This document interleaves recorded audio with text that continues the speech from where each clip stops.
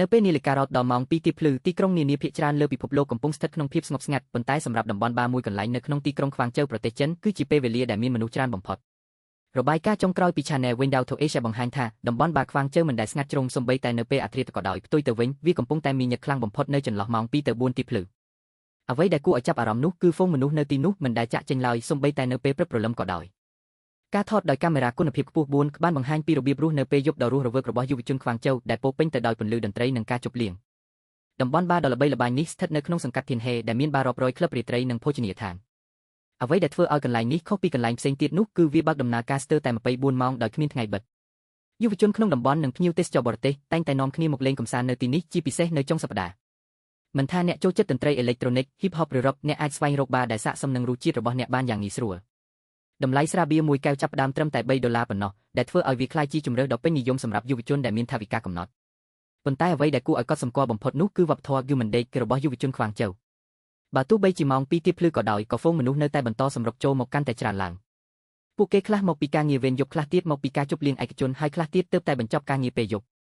ការសម្ភាសជាមួយយុវជនម្នាក់បានបង្ហាញថាសម្រាប់ពួកគេរាត្រីគឺជាពេលវេលាដ៏មានតម្លៃបំផុតដើម្បីសម្រាកលំហែកាយបន្ទាប់ពីថ្ងៃធ្វើការដ៏មាញឹក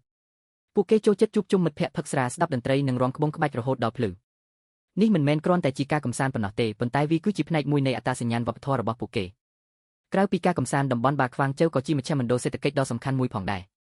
រាល់យប់ប្រាក់រាប់លានដុល្លារត្រូវបានចំណាយនៅទីនេះលើភេសជ្ជៈអាហារនិងសេវាកម្មកម្សាន្តផ្សេងអាជីវកម្មខ្នាតតូចនិងមធ្យមជាច្រើនបានរីកដុះដាលនៅជុំវិញតំបន់នេះដូចជាហាងលក់អាហារតាមចិញ្ចើមផ្លូវហាងលក់សម្លៀកបំពាក់និងហាងកែសម្ផស្សនេះបានបង្កើតការងាររាប់ពាន់កន្លែងនិងជួយជំរុញសេដ្ឋកិច្ចក្នុងតំបន់រដ្ឋាភិបាលក្រុងខ្វាងជូវក៏បានទទួលស្គាល់ពីសារៈសំខាន់នៃឧស្សាហកម្មកម្សាន្តពេលយប់ដោយបានវិនិយោគលើការកែមអហេដ្ឋារចនាសម្ព័ន្ធដូចជាការបំភ្លឺផ្លូវប្រព័ន្ធសន្តិសុខនិងការគ្រប់គ្រងចរាចរណ៍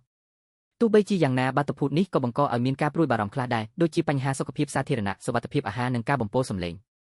អ្នកស្រុកដែលរស់នៅក្បែរតំបន់បារតែងតែត្អូញត្អែអំពីសំឡេងរំខានពេលយប់ខណៈដែលអ្នកជំនាញសុខាភិបាលព្រួយបារម្ភអំពីការប្រើប្រាស់គ្រឿងស្រវឹងនិងគ្រឿងញៀនខុសច្បាប់សមត្ថកិច្ចក្នុងតំបន់បានបង្កើនការត្រួតពិនិត្យនិងបង្ក្រាបបទល្មើសនានាប៉ុន្តែការធ្វើឲ្យមានតុល្យភាពរវាងសេរីភាពក្នុងការកម្សាន្តនិងសណ្ដាប់ធ្នាប់សាធារណៈគឺជាបញ្ហាប្រឈមដ៏ធំមួយតំបន់បារខ្វាងជូវគឺជារូបភាពតូចមួយនៃការអភិវឌ្ឍសេដ្ឋកិច្ចនិងសង្គមរបស់ប្រទេសចិនសម័យទំនើបវាបង្ហាញពីថាមពលភាពច្នៃប្រឌិតនិងបំណងប្រាថ្នារបស់យុវជនក្នុងការរស់នៅឲ្យអស់ពីសមត្ថភាព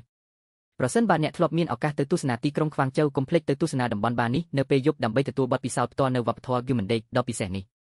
អ្នកនឹងឃើញថាហេតុអ្វីបានជាហ្វូងមនុស្សមិនដែលចាក់ចេញហើយហេតុអ្វីបានជារាត្រីនៅខ្វាងជូវវែងអន្លាយមិនចេះចប់នេះជាការបញ្ចប់របាយការណ៍ពីកម្មវិធីពិភពលោកនិងវប្បធម៌រាត្រីនៅតំបន់បារខ្វាងជូវប្រទេសចិនចេញផ្សាយនៅថ្ងៃទី12ខែមិថុនាឆ្នាំ2026ដោយ Channel Window to Asia សូមអរគុណសម្រាប់ការតាមដានហើយយើងខ្ញុំសូមជួបគ្នាថ្មីនៅក្នុងវីដេអូបន្តទៀត